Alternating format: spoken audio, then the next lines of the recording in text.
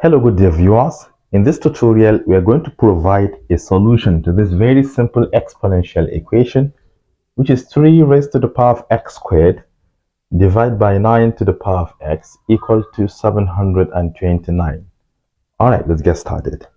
I would like to transform 1, 2, 3 in such a way all will have a common base.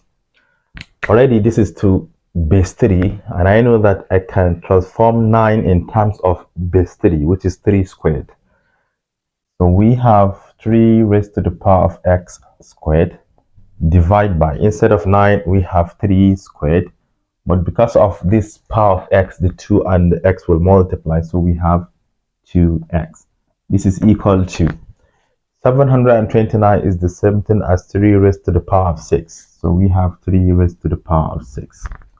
According to one of the laws of indices, since we are dividing here and we have common bases, we can take a base and subtract the exponents from top to bottom. So we have x squared minus 2x, and this remains 3 to the power of 6. From left to right, we have common bases, and hence we can equate the exponents. So x squared minus 2x will have to be equal to 6. And if you rearrange it, x squared minus 2x, as this crosses over, it becomes negative, and this is equal to 0. Now we have a quadratic equation in terms of x, right? So the leading coefficient here is naturally 1, right? Therefore, our a is equal to 1. B is the coefficient of x, which is negative 2, and the constant is negative 6. Therefore, x will be equal to minus b plus or minus into square root of b squared minus 4ac divided by 2a. So let us plug in these values into this formula. X will be equal to minus b. B is already negative 2. Once you negate it, it becomes positive 2. Plus or minus into square root of b squared. What does that mean? Okay, let me just write it. We have negative 2 squared minus 4 multiplied by a is 1. C is negative 6.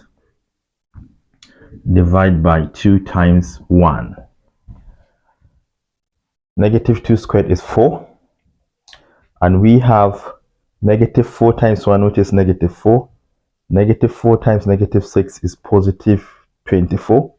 And that positive 24 plus this 4 will give us positive 28.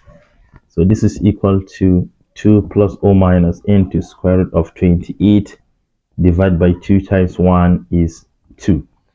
We know that 28 can be expressed as 4 multiplied by 7, because the biggest factor of 28, which is also a perfect square number, is 4. So this is the same thing as 2 plus or minus into square root of 4 multiplied by 7 divided by 2. Let us finish it all over there.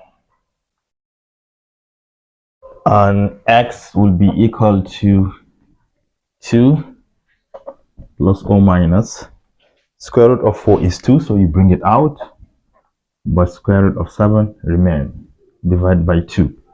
And this 2 is going to affect this and this, right? So x will be equal to 2 divided by 2 is 1, plus or minus 2 divided by 2 is 1, so we only have square root of 7. And hence, the real value of x that can satisfy this equation is 1 plus or minus square root of 7. If you like, you can split them, but it's not necessary, meaning we have two values. It could either be 1 plus square root of 7 or 1 minus square root of 7. As simple as that. Thank you for watching. Do share to your learning colleagues, and don't forget to subscribe to my YouTube channel for more exciting videos. Bye-bye.